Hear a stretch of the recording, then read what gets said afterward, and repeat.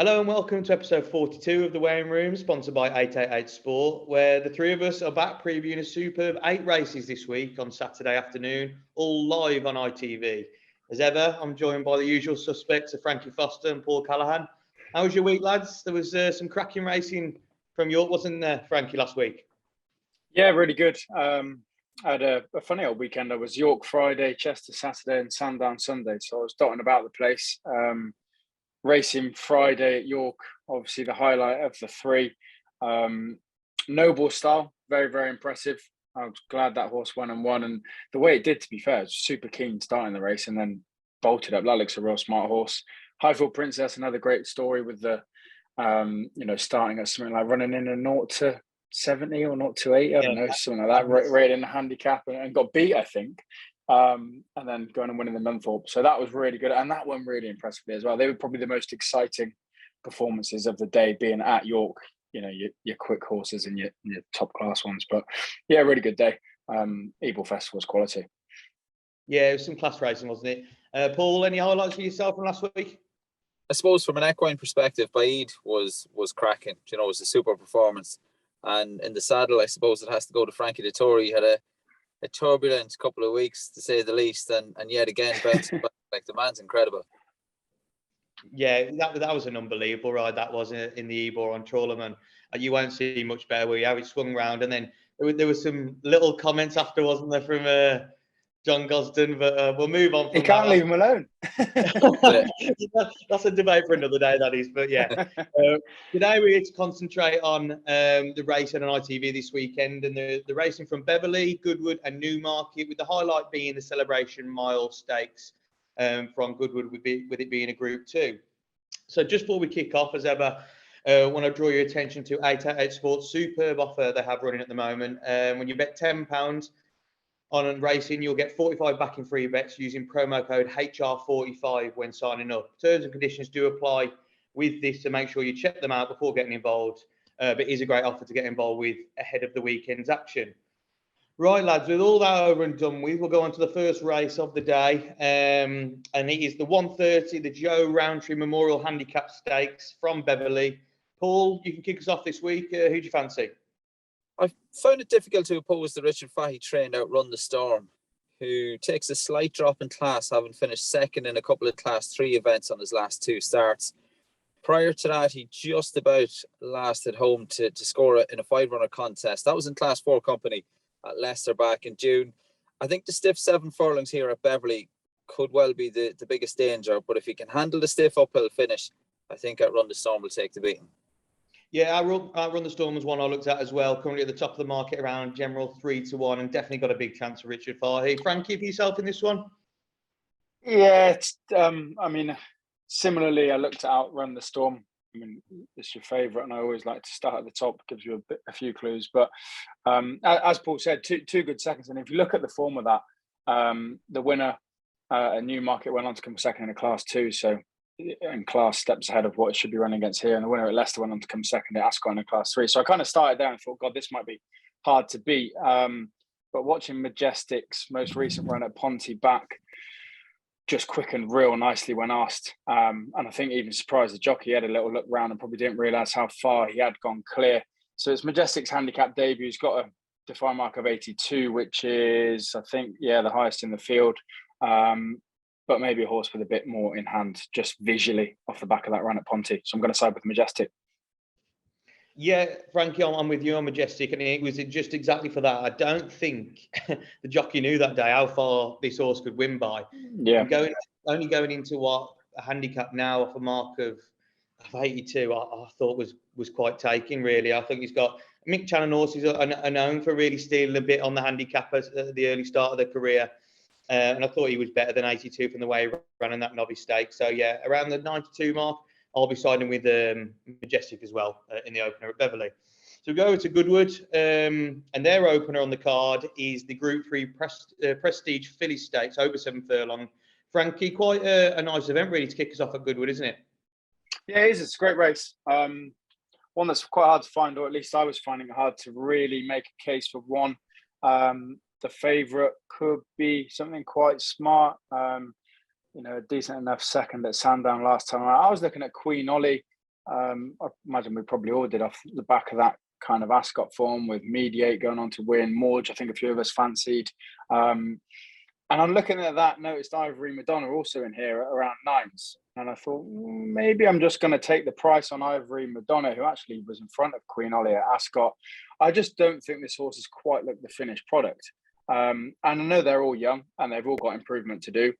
But just after watching a couple of Ivory Madonna's races back, I just feel like there's a little bit more left in this horse that we haven't seen yet. Things haven't quite clicked, in my opinion. And the run last time out at Newmarket, I think, was decent enough when hitting a little bit of traffic and still came fourth. So just at the prices, I couldn't really settle on one I liked. Ivory Madonna's got decent form, hasn't been out the top 4 in all starts, and at 9s, I'd be willing to go each way. Yeah, definitely there is value in this field, and Ivory Madonna at 9s does represent that. And I think you can make a case for a lot of these horses with many different angles. Paul, for yourself in this one? I'm going to take a chance on Bright Diamond for Carol Burke and jockey Clifford Lee. Bright Diamond ran out an impressive 9-length winner on racecourse debut, having missed the break at Newmarket. That run was at the beginning of August. None who finished behind Bright Diamond at Newmarket that day have ran since. However, I thought the selection posted a pretty respectable time for a racecourse debut. It was a little under 4 seconds slower than standard. So slight concern would be it's just her second day on the racecourse, so you don't know how she's going to take that first outing. But I think if she settles, gets into a nice rhythm, can handle the faster pace, I think Bright Diamond can follow up here. Yeah, Bright Diamond was one I looked at, and the only thing that swayed me away from her was that if you look at the interviews after that race, a lot of the trainers didn't know how good the actual horses were in behind Bright Diamond. Bright Diamond might be something special, but I don't know if the form will actually be as good as what some people think. Queen Ollie, I can see the case. Queen Ollie, definitely. I think it's got a big chance, but I couldn't get away from Fairy Cross. I just think Charlie Appleby, they haven't got it wrong a lot this season. They've got a lot of nice horses around the 7 furlong, 8 furlong mark. And I think this could be another one. I think she's a really well-bred daughter of Derbawi. Made a debut at Newmarket in May over 6 furlongs. She was 5th of 10 that day, but the winner was Mauge, who's obviously gone on to be a Group 2 winner, quite a smart horse. She learned a lot from that experience, went up to 7 furlong, got off the mark. And if you look at that race, she went clear. She could have won by a furlong. It was close to 5 lengths she won by in that race. She was up in class last time in the listed Star Stakes at Sandown. And she only went down to the Talented Dance in the Grass for Charlie and Mark Johnson. And that looks to be a really, really nice horse. I thought she just set the standard on form, and she's progressed in every run so far. And I thought she could progress again. So around the 72 mark, I thought Fairy Cross was a fair enough price, and I'm happy to play her in this one. So a tricky event from Beverley. We're going to go back over to Beverley, and a tricky event from there on the Saturday is the William Hill Silver Cup Handicap Stakes over 1 mile 2. And for me, Paul, this looks one of the trickiest betting heats to call on the card. Who are you going for?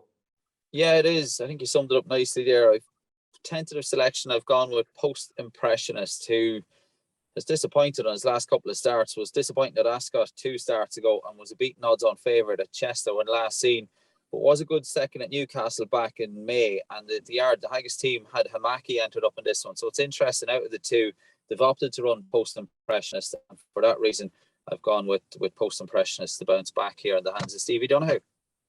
Frankie, I think you have a similar opinion, aren't you? Yeah, for similar reasons, really. You're just kind of clinging on to the fact that this horse may or should have more than it's shown on the last couple of starts. The fact that they entered it into that Ascot race shows they thought enough of it. It was disappointed at Chester. That's kind of the race where you would have hoped on that day that Post Impressionist was a bit better. But I'm willing to give it another chance. And probably what swayed me in the end was the weights. Weight to Excel, 92.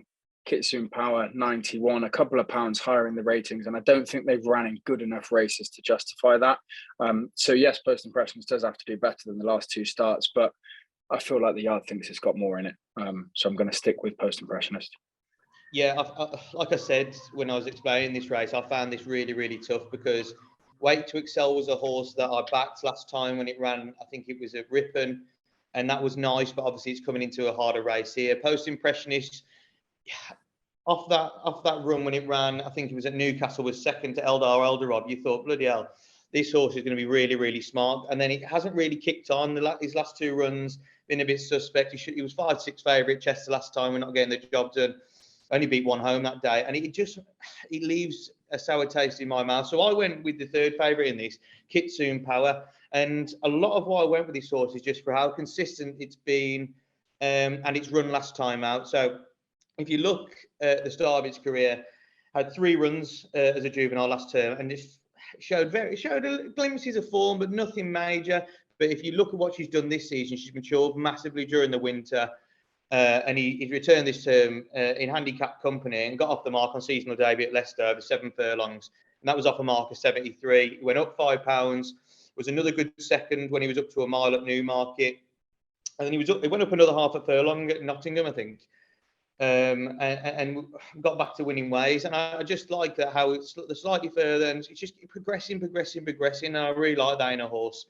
Sent to Royal Ascot in the Britannia Stakes at the mile. 12 for 30. That was off £7 higher. I think that was a respectable run. We all know how tough that race is to go and find the winner and run a big race. And I don't think that 12th is too bad.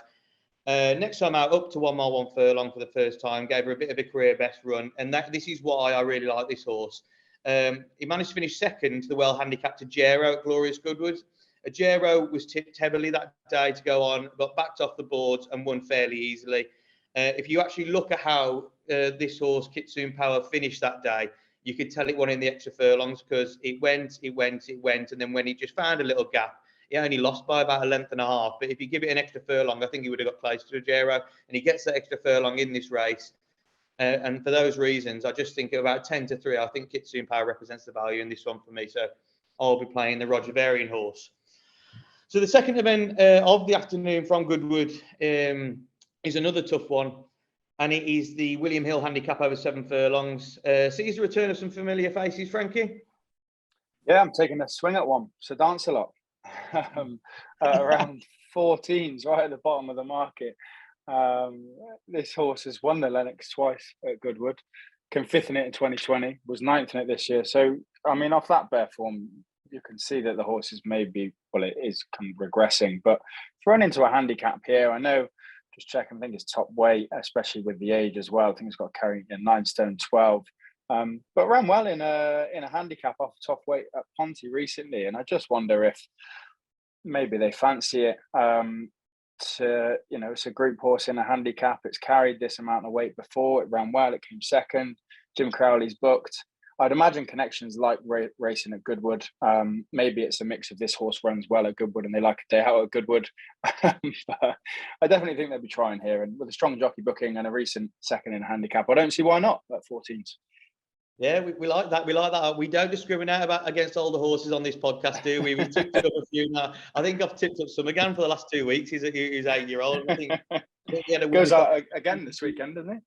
Yeah, he's running again. Yeah, absolutely great horse. And I think we had documented a few weeks ago there's a 9-year-old, so we've got no problem with an older horse if he's got enough ability. Yeah. And around 14 to 1, he absolutely loves it round Goodwood, doesn't he? So definitely an each-way player. Paul, for yourself in this one? I was kind of hoping to see Dance Fever line up here, but unfortunately after Dex that wasn't to be. So I've opted to side with the Richard Hannon trained Takara Bay. Of course, the Yard do like to target Goodwood. They have a great record here. Takara Bay comes in here in decent form, was a good winner at Haydock 2 starts ago, followed that up with a good second place effort at Ascot last time out, and I think Takara Bay can get in the mix once again.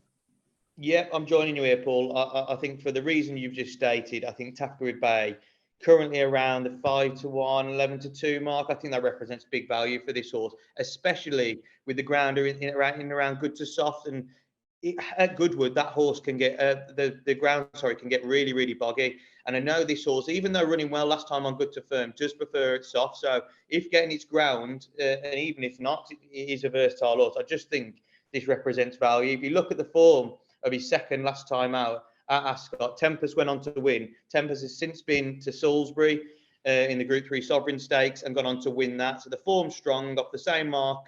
I thought Takara Bay was a big player. And I think ever since he's come into handicaps, he's been massively rejuvenated. So I've been happy to play this horse. So Beverley's final event we're going to cover on the pod and on ITV is their listed Beverley Bullet Sprint Stakes, where a good field of runners go to post here, Paul, over 5 furlongs. Who did you land on? Yeah, I've opted with another Carl Burke runner here. I've gone with Corker, who Ben Curtis was jocked up all throughout when entries were first made. So it was an obvious target from some time ago. And Corker was a good winner at York back in May, was a good third in listed company also at York when last seen. The yard continuing good form, and like I said, the Ben Curtis has been jocked up since the entries were made. So it's Corker for me. Yeah, we seem to be on the same wavelength today, I think, Paul, because Corker's the one I've selected in this as well. And it was just off the back of that last run at York. You look who went on to win that race. It was Royal Acclaim, and obviously James Tate absolutely raves about these horses, even though not running the greatest race on the Nunthorpe, probably on the wrong side of the track. I think the Royal Acclaim will be back winning races, big races in the future. And we also know Mondamej, who just finished above Corker, has been an absolute brilliant horse for Anthony Britton over the years, running nearly every week, like a lot of the horses, like Summergan we've mentioned. But yeah, a very good horse. And I thought that was probably a career best in that listed race. So hopefully into another listed race. And also, if you look at how many times Corker run last season as a juvenile and how many times he's run this season, I think they're trying to pick the races slightly better. And maybe Corker would have run at York in a different sprinter race and didn't. That's massive for me. Coming to Beverley instead, I think this might have been targeted from a long way off. And I fancy Corker around the 5-1 mark. Frankie, for yourself? Another old boy. 'Tis Marvellous, the 8-year-old. 2 old boys on the trot. There's a few horses in here that have ran to standards above listed, but you go back through this horse's last 4 or 5. Last seen in the King's Stand stake, wasn't disgraced. Ran the Group 1, ran the Group 3, won a listed race, ran the Group 3, won another listed race. When it seems to drop down just into that class below the top, it's been scoring. Not quite good enough to do it at the top level, but by all means not disgraced. And I think if you look at bare form alone and placings, you might be put off. But if you dive a bit deeper into the quality of the races that it hasn't finished or placed in, then they've just been slightly too good. Paul Hannigan's booked. He's only rode the horse once. That was round Beverley when it won. So a nice strong booking coming back to Beverley to hopefully get his nose in front again. One last hurrah for the old boy. Yeah, won the race last year, and he wouldn't be surprised to go and see Tis Marvellous win it again. So we're moving on to the penultimate event from Goodwood on Saturday. It's another one of their bigger races, but actually with only 4 runners going to post, it's quite a disappointing renewal this season. And at the top of the market, a 1-4 favourite, Who You Mile. I think we're all of a similar opinion in this one. I can't see past this horse. There is queries ready, like he will stay. But he looks like he's going to the St. Ledger. This is a bit of a prep run. I think we're all in agreement, aren't we, Frankie? Who You Mile just goes and wins this race? Yeah, I think so. Not one for betting at 1-4, is it? But yeah, I can't see anything getting past Who You Mile. I think Perfect Alibi will improve a little bit for his last run. And should probably follow him home. But again, it's not exactly an exciting forecast with 1 or 2 in the betting and the next best 16-1. So I think the market's got it right, and that's what I predict will play out. Yeah, Paul, are you the same? It's just very hard. I know it's 1-4, and you can't really have a bet, but this horse is just a class above this field, isn't it? Yeah, short and sweet. Who You Mile? That second place effort in the Derby. If he's going to a Ledger, he'd want to be taking this. Disappointed with the field size. I was disappointed that Walk of Stars was a horse I was looking forward to taking part here and just seeing. I think he's better than what he showed in his recent form. He was second in a Derby trial and looked a bit quirky at Lingfield. I know he finished last in the Derby, but as I mentioned, Walk of Stars I think is better than his recent efforts. But having said all that, he's not lining up, so it's Who You Mile's race to lose. Yeah, the problem this race had, it had a lot of horses that I had ran recently that you could just see cutting up. And I think just before the 48 hours decks, there was only like 1 jockey actually booked up, and that was William Buick on Who You Mile. So he could have been a walkover at one stage. And I think it probably still is a walkover. So I think just a watching race for all of us, but it'd be nice to go and see Who You Mile have a run over 1 mile 6 before he goes into the St. Ledger. So the only event of the afternoon from Newmarket on ITV is the listed Hopeful Stakes. Paul, a bit more of a betting race for us in this one. Who'd you like? Well, I'm going to start off. Just bear with me. I think Dana from the Simon and Ed Crisford stable, I think is a fascinating contender. having not been seen since finishing second. Was only beaten a neck in a Group 3 at Goodwood 12 months ago. She's obviously had her issues, but if she turns up retaining and showing her previous ability, I think she could be exciting. She's only had the 3 runs. She was winner at Kempton on debut, then was 3rd of 8 in a Group 3 contest at Deauville last season, and of course then went on to Goodwood. But I think as a more solid option, I've gone for Pure Dreamer from a betting angle for the Hannon Sean Levy team. Pure Dreamer's a winner of 4 out of his 5 starts this season, including at Newmarket last time out, and I think Pure Dreamer should be in the mix once again. Yeah, currently around the 10-1 mark. I looked at Pure Dreamer as well, and a fascinating contender here for Richard Allen. Definitely got a big chance. Frankie, for yourself in this one? Yes, it's same sort of thinking with James Spencer's ride being of note, and maybe one to just keep an eye on in the betting. If that horse starts to shorten up closer to the time, then I'd probably take note of that, because it could be a smart horse, and it wouldn't be out of the question for James Spencer to sit quietly and win well on this horse. But again, we're trying to kind of find a more solid option. Mine would be in Manukyan. One last time out with Hayley Turner on board, who takes the ride again today. And I just think a horse that's run incredibly well in some competitive handicaps throughout the season. And this doesn't look like too much of a step up out of handicap company into a listed race. It's not like Manukyan's coming into top competitors here, and an incredibly solid horse throughout the season. Could run well again. Probably play at an each way price, but I can see Manukyan definitely hitting the frame. Yeah, Manukyan around 13-2 mark. Yeah, you can definitely see him hitting the frame. See, this race hurt me because I looked at some again, but I can't go with him anymore. I've got to jump off. Okay. But yeah, Dana was the one I did go with, and I know you two boys have just mentioned that it might be a bit of a chancy selection because she hasn't run for a year now. And she has had some problems, but I just think she's the classiest horse in the race. And I just feel like the Simon A. Christopher Yard have been waiting for this. I think they could have ran her a little bit sooner. I was reading some notes actually off the trainer saying they did want to run her at Sandown a few weeks ago, but the ground was too quick. And now they've got a bit of softer ground, a bit of juice in the ground. They obviously feel like that's going to suit her. What was also interesting for me is that she's come back. It's basically a year to the date since she ran. I just feel like she's been targeted at this race. She obviously ran absolutely superbly in the Group 3 Prestige when last seen behind Miss Encino for James Ferguson. I think she holds some serious form. Before that, she was in a Group 3 in Deauville on soft ground where Oscula won that day, and we know how good Oscula's been this season. I just think her form is really solid. And she obviously Sorry, James. Another vote of confidence, just while you're mentioning the time she's come back.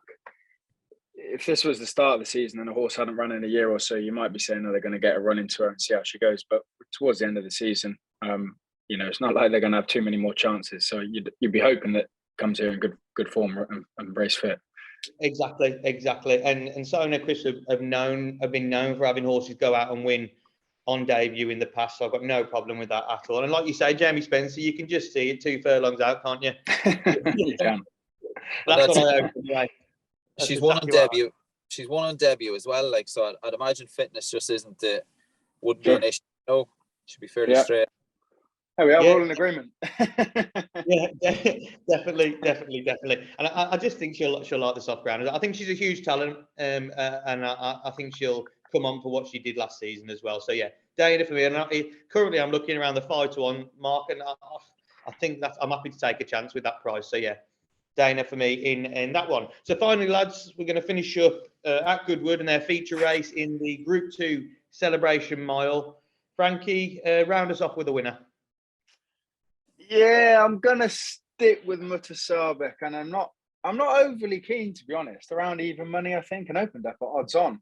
I'm not kind of mad keen on it, but I just think the most likely winner and probably the one to go and beat. You've got to say that the fact in a 4-runner race, Simon and Ed Chris are running 2 here. It pricks your ears a little bit. And I had a look at both Jadumi and Finest Sound and tried to find an angle in, but I just kind of went back to the form of Mutasabek and think that it is the horse to beat here. And given I didn't have another kind of strong player angle on another, I'm going to stick with Mutasabek. You've got to worry that he hasn't got his head in front in a while in these top races, but second to Chindit last time out, 3rd at Epsom. It's good enough form for me. See, I've gone the same horse, but for different opinions, because I think this is solid. I think this is absolutely solid. Muta Sabek. I really do. And the fact that I think what makes it even more appealing, it's like you said, this horse was odds on 8 to 11. It was at the anti-post stage, and now the field is kept at the 5, and now you can get 11 to 10 with certain bookmakers, even money generally. And I think that's madness. I think how this horse is odds against is absolutely madness in this field. If you look at the form compared to the others, yes, some might improve, but you've got Escobar who's 8, who we know how he'll run a cracker at York, yeah, but he's not really improving. Finest Sound's 5 years old, not improving. Stormy Antarctic, 9 years of age. The only one who can really improve is Jadumi, because he hasn't done that much running compared to the field. But if you actually look at the form compared to Muta Sabek, he's absolutely got nothing on him. He's also got £5 to find on the official rating. I don't think he'll find it here. I think Muta Sabek's runs behind Lights On for Sir Michael Stout, who knows a really good horse in the Group 2 Bet365 mile. A close third at Epsom in the Group 3 Diamond Stakes. It's a race that's turned out some nice horses in the past. And then last time behind Shindit in the Group 2 Summer Mile win.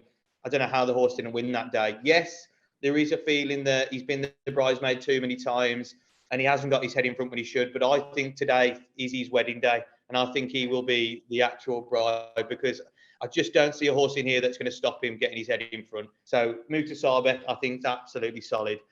Paul, for yourself?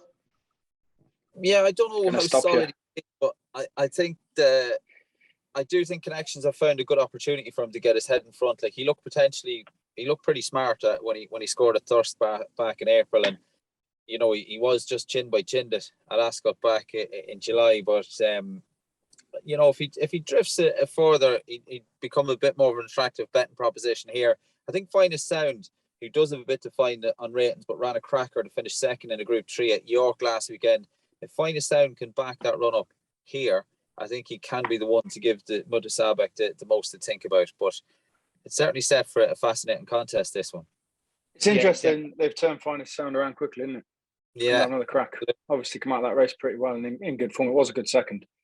Yeah, definitely. And look, Finest Sound, that was a really good run. Like Hal Fader was absolutely cracking that day, and to go on and finish second behind that horse, beating horses like Master Kayla, Mighty Ulysses, that's no small feat. And I do respect Finest Sound, and probably at 15-2, he's the value in the field. But I do really like Muta Sabek. I think Charlie Hills, Jim Crowley, I just think he's solid, and I'm really happy. I can't believe, you know, if he was 8 to 11, I think it'd be a different story, and I probably wouldn't be bigging him up as much as he is. But around even money 11 to 10, and if he drifts even more to 11 to 8, let's say, I just think that's absolutely ridiculous. I just think it's ridiculous personally. I might be wrong, and you can see, you might be like, you don't beat the bookmakers that often, do you? You can see why it's drifting then.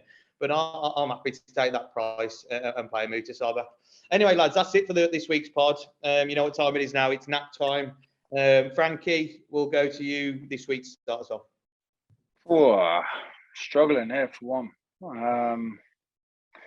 It's been lots of big price shouts from me. I'm swinging this weekend.